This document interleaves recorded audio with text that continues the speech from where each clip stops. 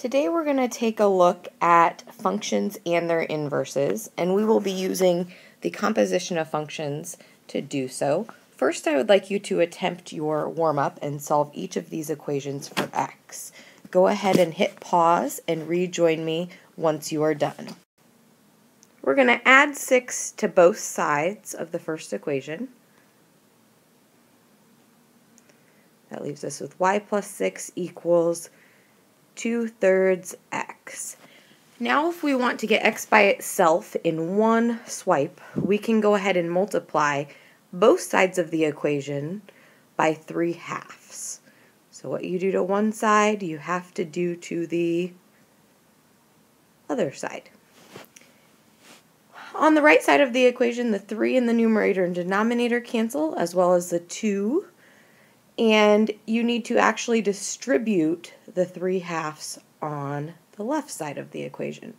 So that will leave us with 3/2 y plus 6 times 3/2 equals x. And now we just need to simplify. When we simplify 6 times 3/2, that gives us 18/2 or 9. So 3/2 y plus 9 equals x. This would be your final answer. Looking at number 2, if you want to get rid of the squared term, you need to do the opposite or inverse function, which is square root both sides of your equation. Think back to when we did square roots. When you square root an equation, you have to add a plus or minus sign in front of the radical. So plus or minus the square root of y equals, a square and a square root cancel, and you're just left with x plus 2. Now to get the x by itself, you're going to need to subtract 2 from both sides. So -2 plus or minus y equals x. And for our last one, we have a square root, so we need to square both sides. So we've got y squared equals, the square and the square root cancel, and you're left with x plus 10. And we need to subtract 10 from each side of the equation. So y squared minus 10 equals x. Now, we are going to look at the horizontal line test. Similar to the vertical line test, you are looking to see if you draw a horizontal line, if it passes through one point or more points. If it passes through more than one point, then the inverses relation is not a function. So looking at our first graph, I'm going to go ahead and draw a horizontal line through it, and it doesn't matter where you draw it. In fact, you could draw many of them, and as long as you only hit exactly one point of the function, that tells you that the inverses graph will also be a function. So on our first example, the inverse is going to be a function. And sometimes graphically will be quicker than trying to figure out if they're a function algebraically. On the second one, if I draw a horizontal line, there is a place on the graph where I can hit more than one point. So that tells me that the inverse is not a function.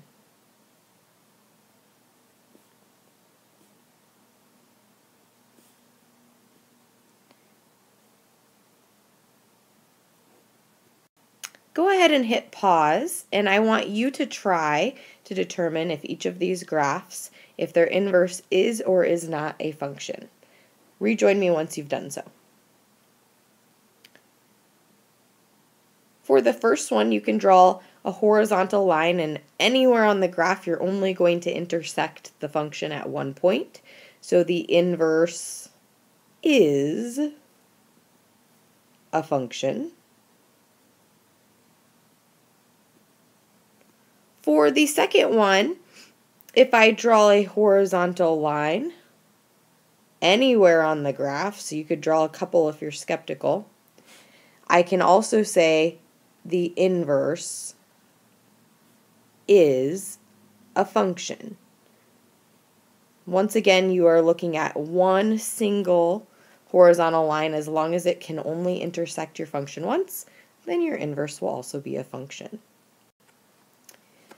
We will also find the inverse equation for our functions and then determine whether the inverse is or is not a function. There are 3 steps to doing this. First, you're going to replace f of x with y. Second, you will switch your x and y.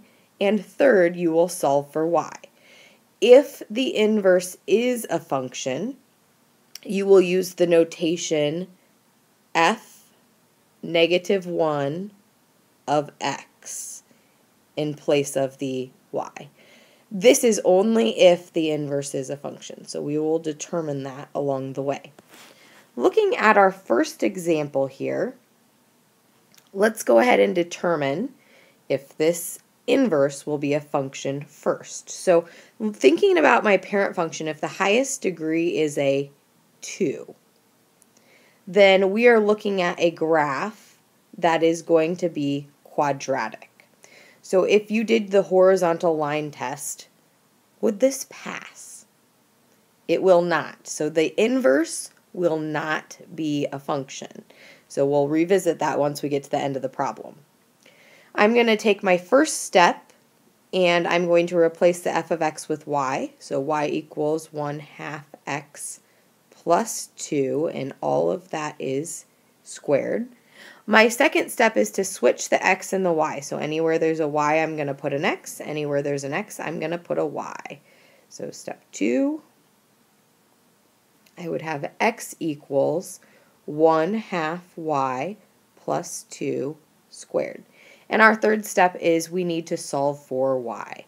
So we're going to go ahead and square root both sides to cancel out these squared. And remember, you can only do this once the thing being squared is by itself.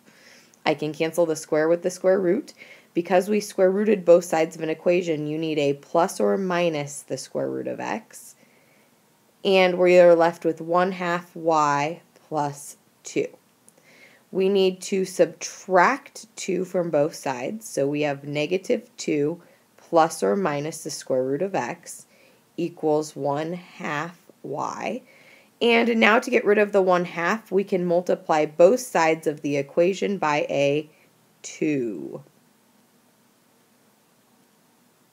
So multiply this side also by a 2. And we need to make sure that we distribute that 2 to both pieces on this side of the equation. So we would have a negative 4 plus or minus 2 square root of x equals, and the 2 and the 1/2 cancel, and we are just left with y. Because when we evaluated the original function and saw that it did not pass the horizontal line test, then the inverse is not going to be a function, and you can just leave it as y equals. Let's go ahead and take a look at B. On B, the first step you need to take is we need to determine if the inverse will or will not be a function. So thinking about your parent functions, we are looking at the graph of a square root, which will have a general shape that looks like this. If you draw a horizontal line through a square root, you are only going to hit the function in one place. So that means the inverse will be a function. It passes a horizontal line test. Our first step is to replace the f of x with a y. Our second step is to switch the x with the y. So anywhere you see a y, you're going to write x. Anywhere you see an x, you're going to write y. So that gives us x equals the square root of y plus 1. To get rid of the square root, we need to square both sides of the equation. So x squared equals, a square and a square root cancel, and we are left with y plus 1. And now we need to solve for y. So step 3, we're solving for y. We're subtracting 1 from both sides, and we are left with y equals x squared minus 1. Because we determined that the inverse would be a function, we are going to use inverse notation. So f inverse of x equals x squared minus 1. I would like you to go ahead and hit pause and try example C on your own, please. Then rejoin me once you've done so. Thinking about your graph, you are technically looking at the graph of a line because your highest power is x to the first. So thinking about a line, if you draw a horizontal line through a line or a linear function, will it pass the horizontal line test? And it does. So that means our inverse once again will be a function. First step, we need to rewrite with y. So y equals 5x plus 9 divided by 6.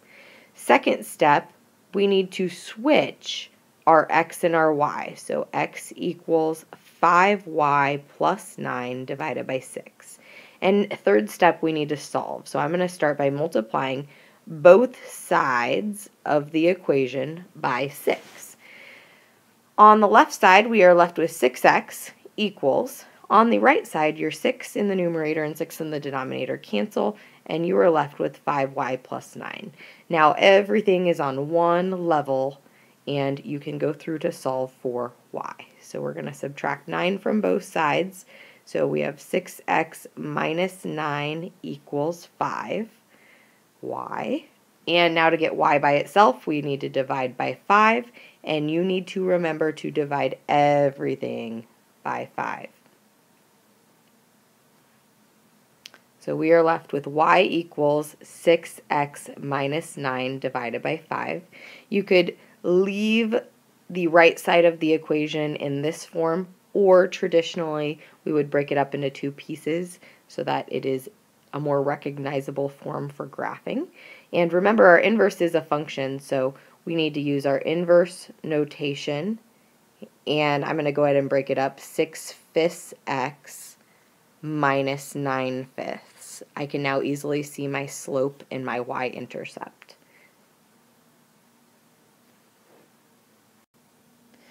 We also have a relationship between functions and their inverses.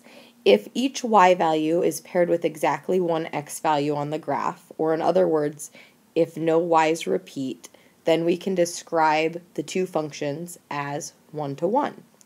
To algebraically find inverses, we have to do the composition of functions. So f of g of x and g of f of x. If f of x and g of x are inverses, then both compositions should simplify to be just an x. So let's take a look at our first example here. I'm going to start out by doing the composition of f of g of x. So my f of x function is 3x minus 1, and I am going to substitute in my g of x, so 1/3 x plus 1, for any space that I have an x. So I've got an x right here. I'm going to drop in my 1/3 x plus 1. The left side of the equation is simply notation to tell you what you have substituted in for x, and the right side is where you're actually going to simplify. So we need to distribute this 3 to both portions that are inside the parentheses. When you take 3 times 1/3, you are just left with a 1x, and when you take 3 times 1, you get a plus 3, and we have a minus 1. This will simplify to be x plus 2. Since x plus 2 is not the same thing as just x, we can say that f of x and g of x are not inverses. So our first example, they are not inverses. Taking